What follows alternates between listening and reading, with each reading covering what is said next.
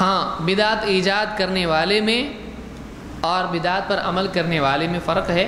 بدعت ایجاد کرنے والا زیادہ بھیانک عمل کا ارتکاب کر رہا ہے، اور جہالت میں آ کے بعض لوگ لا علمی کی وجہ سے بدعت پر چل پڑتے ہیں۔ وجہ کیا ہے؟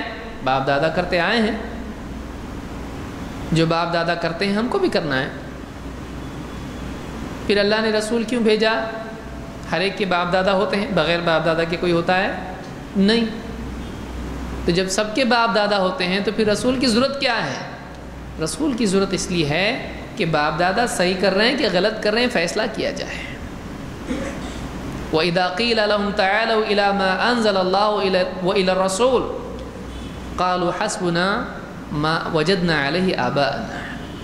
مشرکین کا حال یہ تھا کہ ان سے جب کہا جاتا کہ آؤ اللہ نے جو نازل کیا اس کی طرف آؤ اور رسول کی طرف آؤ جو اللہ کے نازل کیے ہوئے کو سمجھاتا ہے، وہ کیا کہتے تھے؟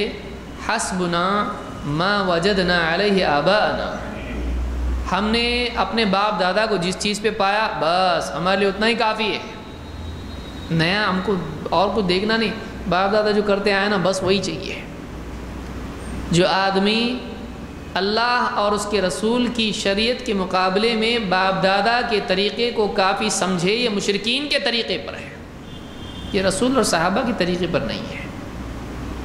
یہ بول مشرکین کے تھے، بس جو باپ دادا کرتے آئے وہی کریں گے ہم، ارے ذرا حدیث سن، ذرا قرآن سن، نہیں باپ دادا جو کرتے آئے وہی کافی۔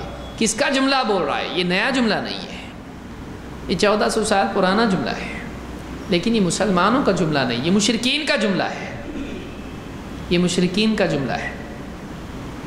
تو رسول کو راضی کرنے کی بات کر رہا ہے، اللہ کی رضا کی بات کر رہا ہے، رسول کا دامن تھامنے کی بات کر رہا ہے، عمل کس کا کر رہا ہے؟ طریقہ کس کا اپنا رہا ہے؟ پیمانہ کس کو بنائے ہوئے ہے؟ باپ دادا کو، رسم و رواج کو، اپنی چاہت اور خواہش کو؟ ایسا آدمی کیسے کامیاب ہو سکتا ہے جو اللہ اور اس کے رسول کے مقابلے میں سماج کو ترجیح دے، جو کتاب و سنت کے مقابلے میں باپ دادا کو حجت بنا لے؟ ایسا آدمی اللہ اور اس کے رسول سے قریب ہے یا دور ہے؟ دور ہے، چاہے وہ کتنا ہی دامن تھامنے کی بات کرے، وہ دامن تھامے ہوئے نہیں ہے، وہ کسی اور چیز کے پیچھے بھاگ رہا ہے۔